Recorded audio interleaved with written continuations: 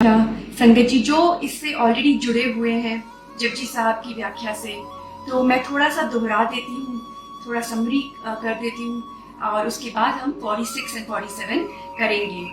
तो जपजी साहब जी की जो व्याख्या है वो शुरू होती है मूल मंत्र के साथ, जहाँ मूल मंत्र में गुरु नानक देव जी उस भगवान के, उस अल्टीमेट पावर के सारे गुण बताते हैं। सारे तो नहीं बताते, बहुत सारे मेन गुण मूल मंत्र में बताते हैं। उसके बाद पौड़ी 1 में गुरु नानक देव जी बताते हैं कि जो साधन हम अपनाते हैं उस भगवान तक पहुंचने के लिए, कई साधन ऐसे हैं जो हमको भगवान तक पहुंचा नहीं पाएंगे जब तक हमारा मन सच्चा नहीं होगा, जब तक हम सचियार नहीं बनेंगे, जब तक हमारी जो चित्त है, बुद्ध है, मत है, मन है, वो उस ईश्वर के साथ अलाइनमेंट नहीं लेगा। और तब उसके लिए हमें सचियार बनना पड़ेगा। और सचियार हम कैसे बनेंगे? उस भगवान का हुक्म मान के। तो पौड़ी 2 में भगवान गुरु नानक देव जी सारा हुक्म का पसारा जो है उसको समझाते हैं और कहते हैं कि सारा हुक्म समझना मुश्किल है, लेकिन उसको मनुष्य में थोड़ी सी ताकत है कि वो थोड़ा थोड़ा हुक्म को समझ पाए और उस हुक्म को अपने जीवन में अपना पाए और उतार पाए। तो वो हमारा कर्तव्य है कि हम उस हुक्म को समझें, और उस हुक्म को जैसे जैसे हम समझेंगे हम सचियार बनते जाएंगे। तो फिर तीसरी पौड़ी में गुरु नानक देव जी कहते हैं, उस हुक्म के पसारे की बात करते हैं, उस यूनिवर्स की बात करते हैं, उस मालिक के विशाल हुक्म की बात करते हैं, जहाँ पे और बताते हैं कि मनुष्य जाति कितनी छोटी है, क्योंकि मनुष्य जाति अलग अलग दृष्टिकोण से उस मालिक का हुक्म समझती तो है थोड़ा थोड़ा, लेकिन पूरा हुक्म समझना हम ह्यूमन बींग्स के कैपेसिटी, पावर और गुणों के बाहर है। हम नहीं समझ पाएंगे, लेकिन हम फिर भी उस मालिक की सिफत सलाह करते रहते हैं, वो कभी बंद नहीं होगी। वो मालिक देता रहता है, देता रहता है। हम बूढ़े होके हम थक सकते हैं, हम इस जीवन से थक कर मृत्यु हो सकती है, लेकिन वो मालिक देता रहता है। वही इस सारे निज़ाम का जिम्मेवार है। वो इस निज़ाम को, अगर उसका बर्थ होती है, अगर किसी जीव की जन्म होता है, तो मालिक उसे संभालता है, उसका पूरा जिम्मेवारी लेता है। 44 में गुरु नानक देव जी समझा रहे हैं कि हम जो भक्त हैं, जब उनकी सिफत सलाह करते हैं तो हमारे मन में क्या चल रहा होता है। हम मालिक जैसे हमें प्यार करता है और हमें दात देता रहता है, दात मतलब फ्री गिफ्ट, जिसका हम कभी रिटर्न नहीं कर सकते, वो फ्री में देता है। तो हम क्या करते हैं, जब हमें दात मिलती है हम उसको लेते हैं, लेकिन हम जब मालिक से प्रे करते हैं, जब उसकी सिफत सलाह करते हैं, हमारे अंदर मोह होता है। और वो मोह होता है कि ये मालिक ही पावर है, ये मालिक ही गुणों का खजाना है, तो अगर हम इसकी सिफत सलाह करेंगे तो हमें मिलेगा, हमें खजाने मिलते रहेंगे। हमारे अंदर वो एक्सपेक्टेशन होती है मोह की, और इसीलिए हम उस मालिक की सिफत सलाह करते हैं। तो लेकिन ये मैल भरा सिफत सलाह है, ये करप्ट सिफत सलाह है, क्योंकि हम करप्ट हैं, हम मैले, इसलिए हमारी जितनी सोच है, हमारी मत बुद्धि बहुत कम है। तो जो हम सोचते हैं अपने आप को और दूसरों को, हम मालिक को भी वैसा ही छोटा बना देते हैं और सोचते हैं कि अगर हम उसको कोई भेंट चढ़ाएंगे, अगर हम उसको कोई उसके वहाँ जाके कोई दान देंगे, उसके घर पे जाके, तो मालिक हमें देगा रिटर्न में। और अगर हम उसकी सिफत सलाह करेंगे तो मालिक हमसे खुश होगा। तो हम ऐसा क्या बोलें? तो गुरु नानक देव जी बोलते हैं, जो हम बोलते हैं वो मैला होता है, हमारे मन की मैल उसमें दिखती है। जो हम देते हैं वो मालिक का ही दिया हुआ है, उसको मालिक को वापस करना doesn't make any sense at all। तो फिर एक और क्वेश्चन आता है कि फिर हम उस मालिक से जुड़े तो कैसे जुड़े?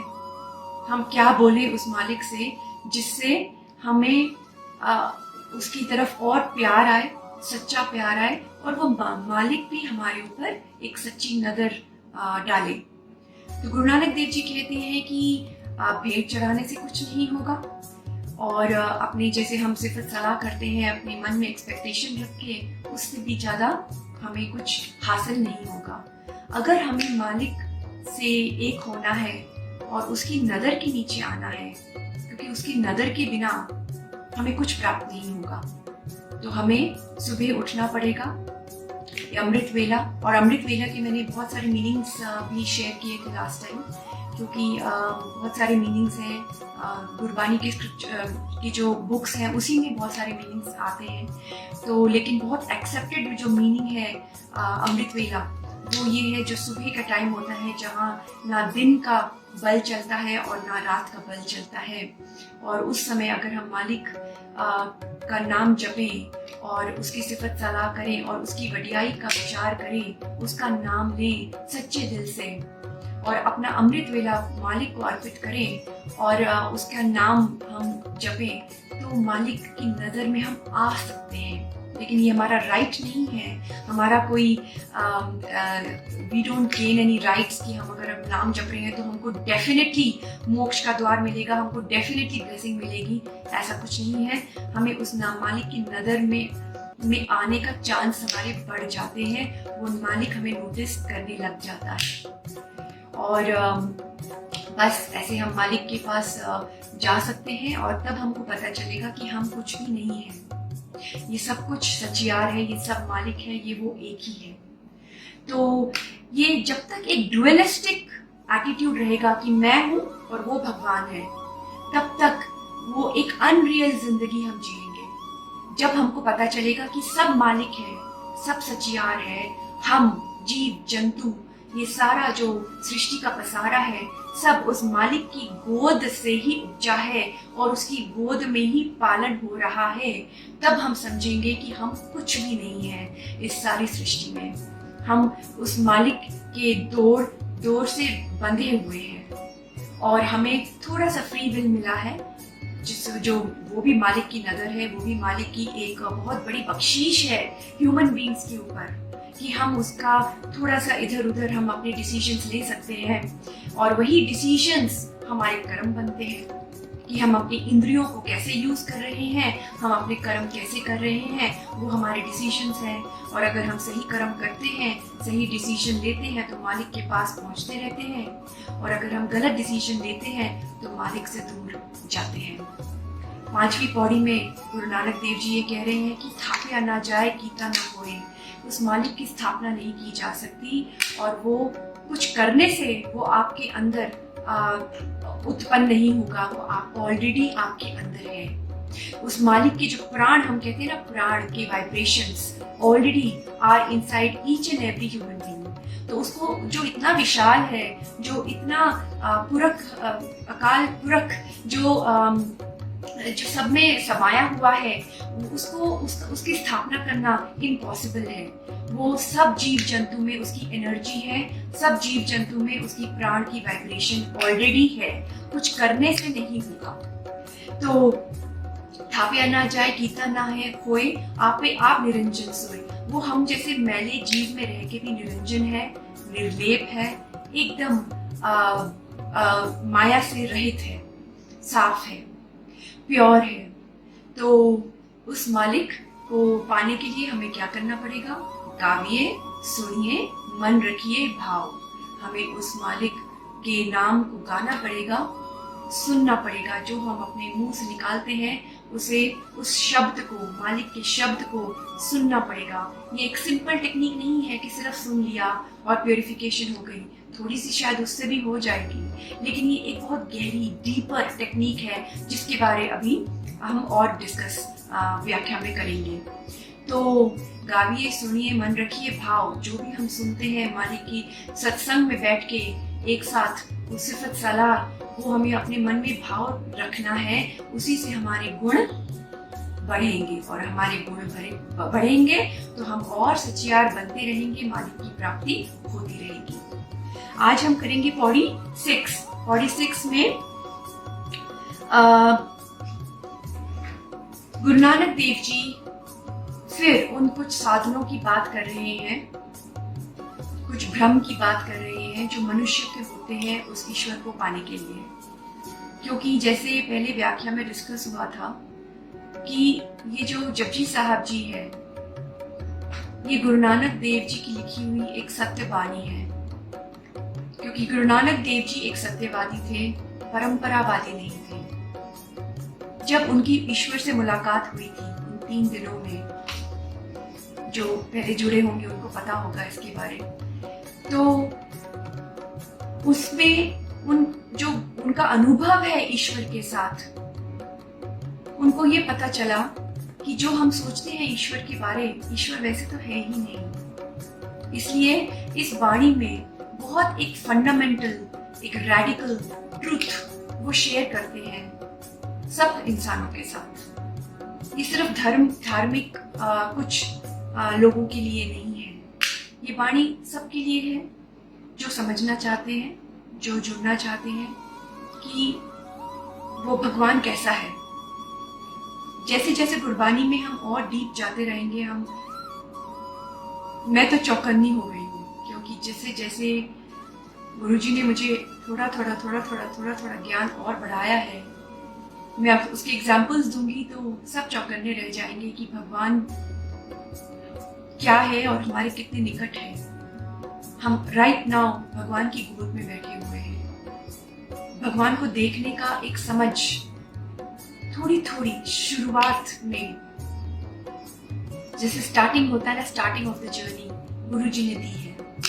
तो ये गुरबानी के थ्रू ही आई है और ये जो नॉलेज है, और जैसे जैसे गुरबानी में हम डीपर एंड डीपर डूबते जाएंगे, उसके अमृत में हम डूबते जाएंगे, हमें क्लियर समझ आता रहेगा उस भगवान के बारे में, वो भगवान क्या है।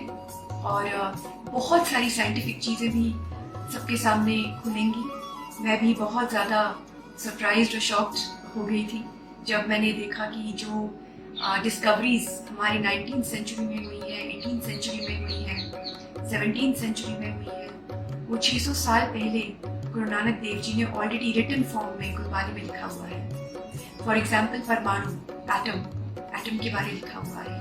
For example big bang theory, कि ये यूनिवर्स कैसे उपजा, एक एक डिटेल गुरबानी में लिखा हुआ है कि ये यूनिवर्स कैसे, ये सृष्टि कैसे पैदा हुई है।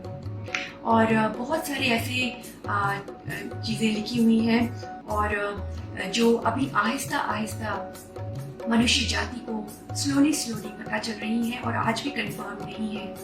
तो गुरबानी काफ़ी डीप है। ये तो सिर्फ अभी जपजी साहब की स्टार्टिंग है, तो कई चीज़ें ऐसी हैं जो हो सकता है अभी समझ में ना आए, लेकिन जपजी साहब पूरा जब ख़त्म हो तब समझ में जाके आए, कॉम्प्रिहेंशन में आए, जैसे मेरे साथ हुआ। क्योंकि मेरे लिए भी ये स्टार्टिंग है, तो जो बहुत सालों से जुड़े होते हैं उनको शायद जल्दी समझ में आ जाता है। मुझ जैसे लोगों को बार बार पढ़ना पड़ता है, और फिर भी मुझे लगता है कि वो बिल्कुल सुपरफिशियल नॉलेज है, it the tip of the iceberg. तो अभी डीप जाएंगे तो हम शायद, मैं 6 महीने बाद फिर आऊँगी या 1 साल के बाद, अगर गुरुजी कृपा करेंगे तो शायद मैं और डीप में इसको व्याख्या कर पाऊँगी, और आप में से कई लोग भी कर पाएंगे। तो गुरबानी एक बहुत बड़ा ज्ञान का सागर है। जैसे बहुत सारे धार्मिक ग्रंथ होते हैं, तो गुरबानी एक न्यू रिलीजन है। ये कह सकते हैं कि बहुत सारे धर्मों का एक निचोड़ है गुरबानी। और गुरबानी में सिर्फ सिख गुरुज की कथा है, वाणी है, ये असत्य है, क्योंकि गुरबानी में बहुत सारे ऐसे भक्तों की कथा है, वाणी है, जिन्होंने गुरु नानक देव जी के अलाइनमेंट के साथ उस ईश्वर को पहचाना सही ढंग से। जैसे भगत कबीर, बहुत सारे सूफी संतों की वाणी है, बहुत सारे हिंदू धर्म के भक्तों की वाणी है, भगत धन्ना जी हैं, भगत नामदेव जी हैं, बहुत सारे ऐसे हैं। तो जैसे जैसे हम जानते जाएंगे हमको और इंटरेस्टिंग लगता जाएगा। तो गुरुजी ने आज ये बुलवाया है, मुझे पता नहीं इसका कैसे ये जुड़ेगा, लेकिन गुरुजी की जो मर्जी है वैसे ही ये सारा सत्संग चलता है। तो कमिंग बैक टू पौड़ी 6, मैं इसको पहले पढ़ देती हूँ, इसकी व्याख्या करने से पहले। तीर्थ नावा जेतिस पावा विन पाणे की नाय करी, जेती सिरठ उपाय वेखा विन कर्मा के मिले लई, मत विच रतन जवाहर माणिक जे एक गुर की सिख सुनी, गुरा एक दे बुझाई, सबना जिया का एक दाता, सो मैं विसर न जाई। तो इसमें गुरु नानक देव जी जो तीर्थ में नहाने का एक साधन है, क्योंकि मनुष्य जो धार्मिक मनुष्य है, जो भगवान में आस्था रखता है, वो भगवान तक पहुंचना चाहता है। और जब भगवान तक पहुंचना चाहता है तो वो अलग अलग साधन अपनाता है। तो जब अलग अलग साधन अपनाता है, उनमें से कुछ साधन समर्थ है भगवान तक पहुंचाने के लिए, और कुछ साधन असमर्थ है भगवान तक पहुंचाने के लिए। और कुछ साधन तो ऐसे हैं जो मनुष्य दूसरों से सुनता है और वो कर बैठता है, उसको पूरा नहीं समझ के। तो अब तीर्थ नावा एक ऐसा साधन है जो हम जैसे लोग शायद ठीक से समझते नहीं है कि वो क्या साधन है। हमने किसी से सुना कि बहुत सारे तीर्थ स्थल हैं इस दुनिया में, और वहां पे जाएंगे और अगर हम नहाएंगे तो हमारे सारे पाप धुल जाएंगे। ये तो हमने सुन लिया, लेकिन हमने इसकी पूरी बात नहीं सुनी, इसका पूरा अर्थ नहीं समझा। क्योंकि अगर हम पापी हैं, अगर हमने 100 पाप किए हैं, अगर हमारे कर्म ठीक नहीं है, हमारी सोच ठीक नहीं है, हम अपनी जिंदगी में वो ऐसा कुछ परोपकार नहीं कर रहे, उस मालिक के हुक्म के अनुसार नहीं चल रहे, लेकिन हम बुरे कर्म करते हैं और फिर हम एक तीर्थ स्थान में जाकर वहां हम डुबकी लगा के सोचते हैं कि हमारे सारे पाप धुल गए, तो ये एक बहुत बड़ा भ्रम है। क्योंकि गुरु नानक देव जी कहते हैं कि सबसे बड़ा तीर्थ वो है जो हम अभी मनुष्य जाति समझती ही नहीं है, और वो है अपने मन के अंदर तीर्थ करना। हम बाहर जाके स्नान करके हमारा बदन, हमारा देह हमारा पवित्र हो जाएगा, हम मैले नहीं रहेंगे, लेकिन जो हमारा मन है उसकी मैल कैसे उतरेगी। ये बात सही है कि जो जल होता है जब हम रखते हैं गुरु जी का, जब हम सत्संग करते हैं, जब हम पाठ पूजा करते हैं, जब हम वाणी चलाते हैं, जब हम गुरुद्वारे जाते हैं, तो वो या मंदिर जाते हैं, जब मंत्र चल रहे होते हैं, हम रखते हैं जल और वो जल अमृत बन जाता है। ये बात तो सही है।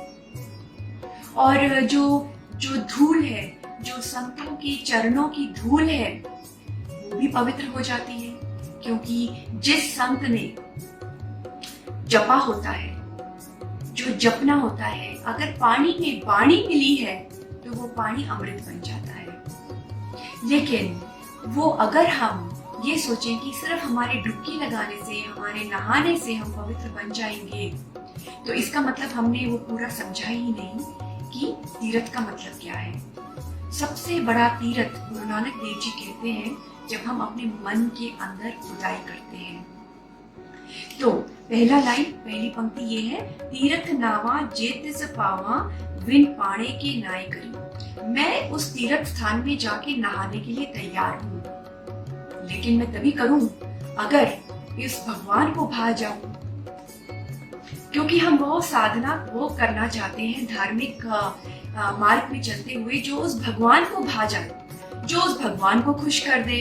अगर वो साधना हम करें और वो भगवान खुश ही नहीं हुआ, तो वो साधना करके मैं अपनी जिंदगी नहीं गवाऊंगा। गुरु नानक देव जी ये कहते हैं, तीर्थ नावा जे तिस पावा, अगर तुझे भाता है तो मैं जरूर करूं, विन पाने के नाय करी। अगर तुझे भाता नहीं है तो मैं वो साधना नहीं अपनाना चाहता अपनी जिंदगी में।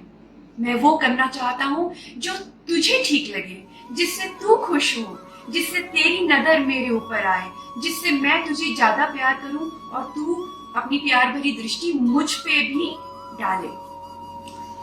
सेकंड जो पंक्ति है, जेती सिर डुपाई वेखा, विन कर्मा के मिले नहीं।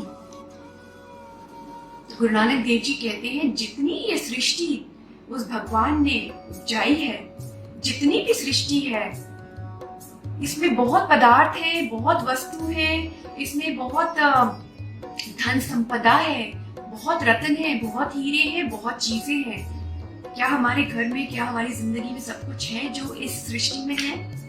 नहीं, क्योंकि हमारी जिंदगी में उतना ही मिलता है हमें जितना हमारे कर्मों ने कमाया। विन कर्मा के मिले लई। कर्मा के दो मीनिंग्स हैं यहाँ पे। एक तो हमारे कर्म जो हम करते हैं, अगर हमारे कर्मों का मटका जितना बड़ा हमने कर लिया, उतने पदार्थ, उतनी धन संपदा हमारे कर्म के मटके में गिर गई, उतना अमृत हमारे कर्म के मटके में गिर गया और हमने वो इंजॉय कर लिया। लेकिन अगर हमारा कर्म का मटका ही छोटा सा है, हमने बुरे कर्म किए हुए हैं, तो हमें इस सृष्टि में कुछ नहीं मिलने वाला और ना तेरे दर पे हमें कुछ मिलने वाला है। तो हमारे एक तीर्थ में स्नान करने से या हमारे कुछ और ऐसे साधन अपनाने से, अगर हम बुरे काम करें और गुरुद्वारे चले जाएं कि नहीं हम गुरुद्वारे यहाँ पे आए हैं, ठीक है, थोड़ा सा सत्संग में बैठने से आपका भला होगा, लेकिन आप सिर्फ ये एक्सपेक्ट करो कि आप बुरे कर्म घर में बीवी को मार के हम जैसे जो पापी हैं घर में चिल्लाएं, घर में मारे पीटे, कोई बीवी को मारे और फिर गुरुद्वारे पहुंच जाए, तो उसको भगवान की नजर मिल जाएगी? जी नहीं।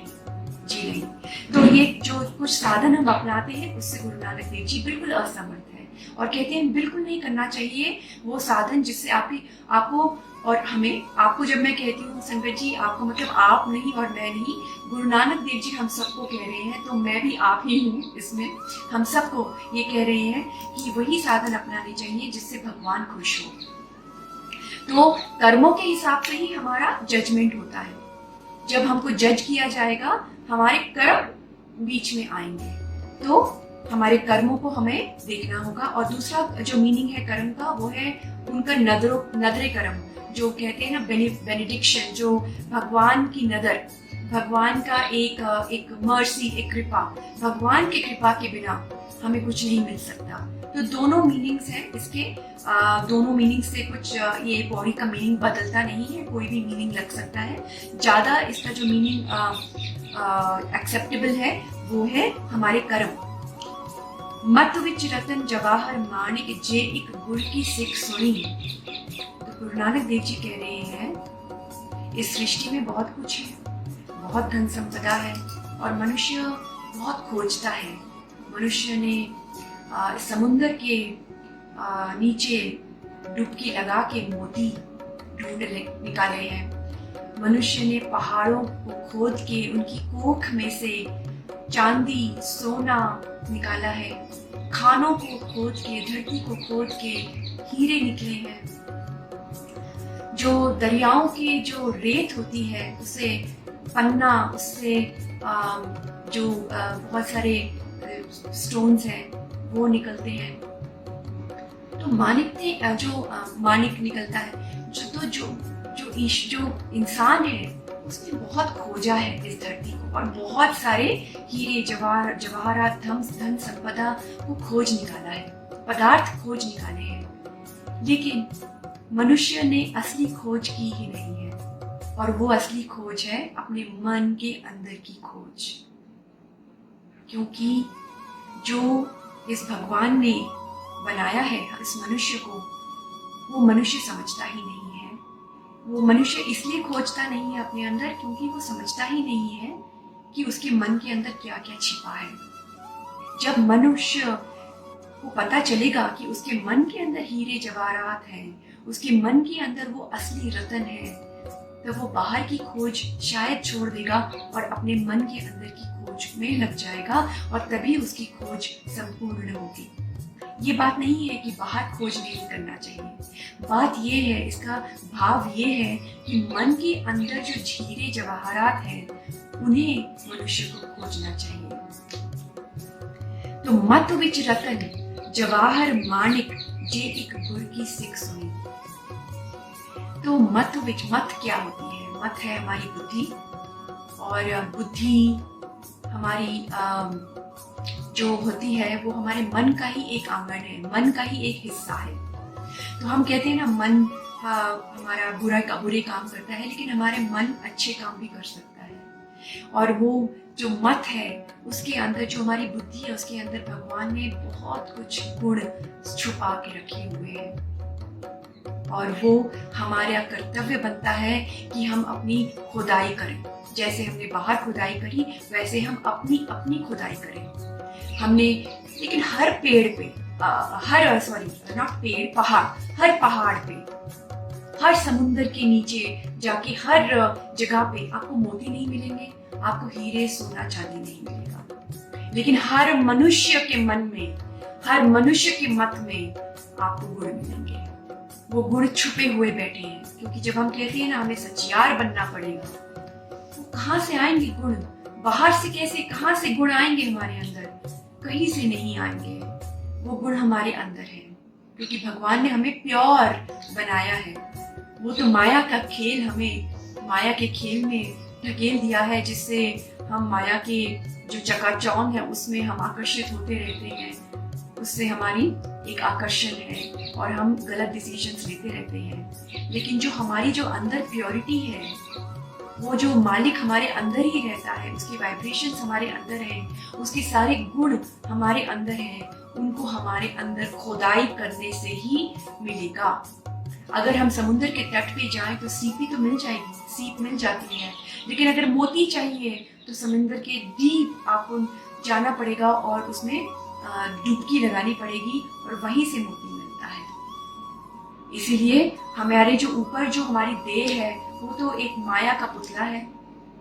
काम, क्रोध, मोह, कितना कितना कुछ हमारे ऊपर है, छिपा हुआ है, मतलब जो दिखता है, लेकिन जो हमारे अंदर छिपा हुआ है वो एक प्योरिटी है, एक सचियार के गुण है। भगवान के सारे रब्बी गुण हमारे अंदर है और उसे हमें ढूंढ निकालना है। तो गुरु नानक देव जी कहते हैं ये सच्चा तीरथ है। अगर आप अपने अंदर झांकें और डीप इनसाइड आप जाएं, तो ये कैसे होगा?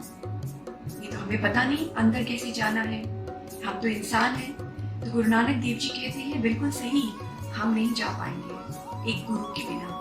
यहाँ पे फिर एक गुरु की महिमा आती है, क्योंकि गुरु ही हमें दिखाता है वो मार्ग। इनफैक्ट गुरु वो मार्ग है, गुरु वो रास्ता है जिसके शब्दों पे चल के हमें वो सचियार, हमें वो भगवान की प्राप्ति होने लगेगी। तो वो गुरु कौन है? वो गुरु है हमारा जो शब्द। जब हम जैसे जैसे शब्द सुनते रहेंगे, सुनने का जो टेक्निक है वो सुपरफिशियल नहीं है कि हमने सुन लिया, हमारा दिन का काम हो गया, हमने शब्द सुन लिया। नहीं, वो शब्द एक बहुत डीप टेक्निक है और अभी आगे पौड़ियों में सुनने की पूरी टेक्निक अच्छे से समझाई गई है। तो जब हम उस पौड़ी में पहुंचेंगे, 4 पौड़ियां गुरु नानक देव जी ने 8, 9, 10 और 11 पूरे सुनने की टेक्निक पे लगाई है।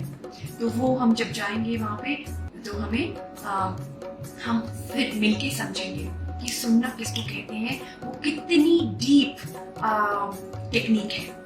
तो गुरु के मार्ग पे जब हम उस गुरु का शब्द सुनते हैं, तब हमारी अंदर वो गुण अंदर स्लोली उभरने लगते हैं, और जब वो ऐसे स्लोली उभरने लगते हैं तब हम सचियार बनते हैं और हमें ईश्वर की प्राप्ति होने लग जाती है। और वो गुण कौन से हैं?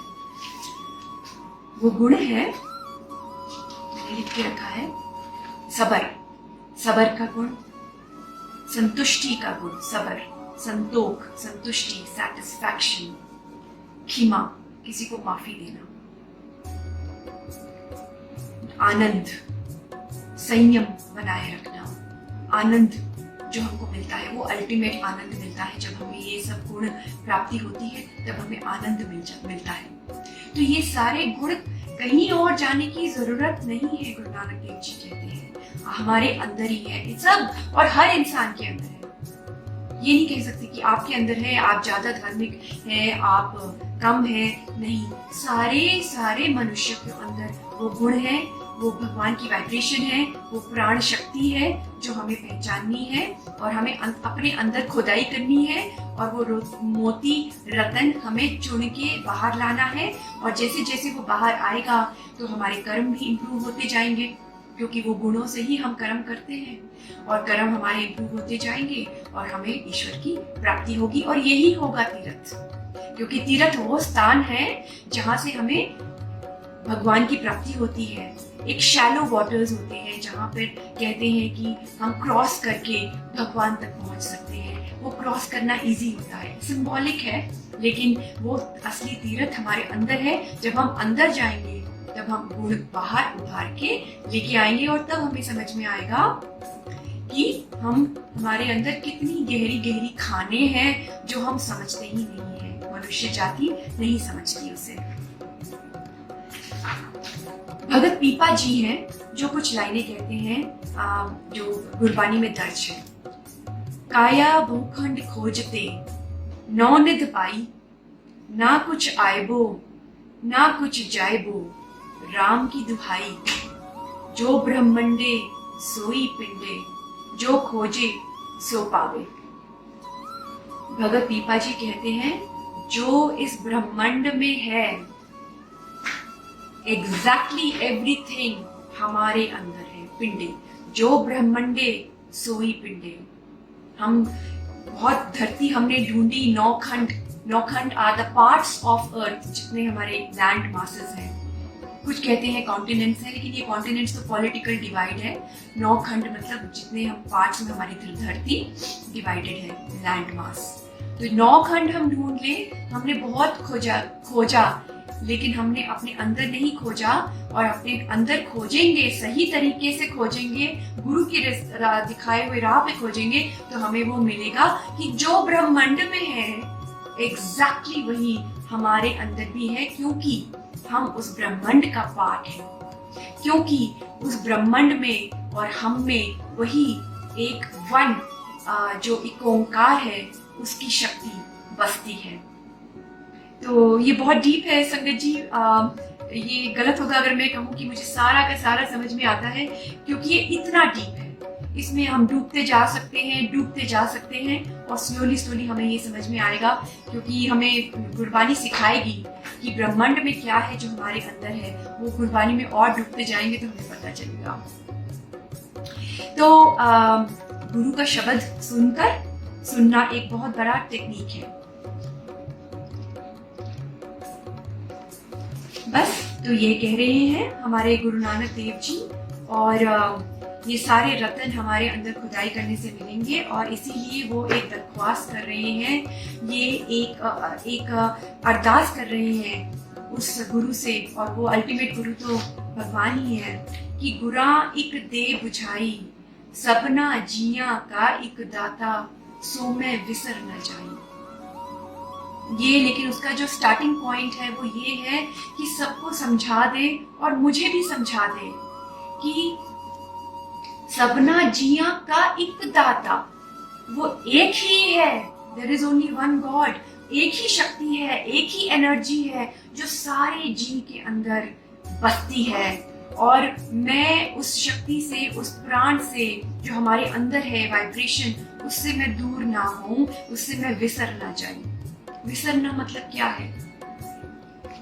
हमारे पास कई बार कोई बैठा है और कोई हमसे अगर पूछ ले कि आपके पास जो बैठे हैं ये कौन है, और हम कह दें ये हमारे दूर के कोई रिश्तेदार है, दूर के हैं, ठीक है, लेकिन वो तो ये सोच सकते हैं बैठे तो आपके बिल्कुल पास में है। और कई बार हमको कोई पूछे कि जैसे हम इंडिया में रहते हैं, कोई यूके में रहता है, कोई यूएस में रहता है, वो कौन लगते हैं आपके, हमारे मुंह एकदम रेडियंट हो जाते हैं, हम खिल जाते हैं, खुश हो जाते हैं, और हम कहते हैं वो तो हमारे बहुत क्लोज है, they are very dear to us, बहुत हमें प्यार है हमें, जबकि वो बैठे उस तरफ है पृथ्वी के, यूएस में, यूके में, और हमारे पास बैठे हमसे इतनी दूर है। बस वही है कि भगवान हमारे अंदर है, फिर भी हम उसको विसार देते हैं, हम उसको भूल जाते हैं। इसलिए भगवान को अपने अंदर हमेशा याद रखना है, क्योंकि जितना हम भगवान को याद रखेंगे,